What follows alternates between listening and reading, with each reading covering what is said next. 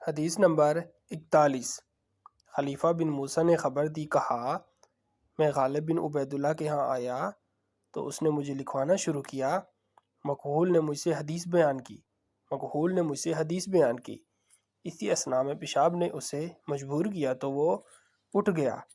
میں نے جو اس کی کاپی دیکھی تو اس میں اس طرح تھا، مجھے ابان نے انس سے یہ حدیث سنائی، ابان نے فلاں سے حدیث روایت کی، اس پر میں نے اسے چھوڑ دیا اور اٹھ کھڑا ہوا۔ امام مسلم نے کہا، اور میں نے حسن بن علی حلوانی سے سنا، کہہ رہے تھے میں نے عفان کی کتاب میں ابو مقدم حشام کی وہ روایت دیکھی جو عمر بن عبدالعزیز کی حدیث ہے۔ اس میں تھا، حشام نے کہا مجھ سے ایک شخص نے جیسے یحییٰ بن فلاں کہا جاتا تھا، محمد بن کعب سے حدیث بیان کی۔ کہا میں نے عفان سے کہا، اہل علم کہتے ہیں حشام نے یہ حدیث محمد بن کعب سے سنی تھی، تو وہ کہنے لگے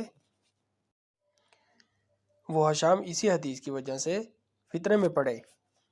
پہلے وہ کہا کرتے تھے مجھے یحییٰ نے محمد بن کعب سے روایت کی، بعد از یہ دعویٰ کر دیا کہ انہوں نے یہ حدیث براہ راست محمد سے سنی۔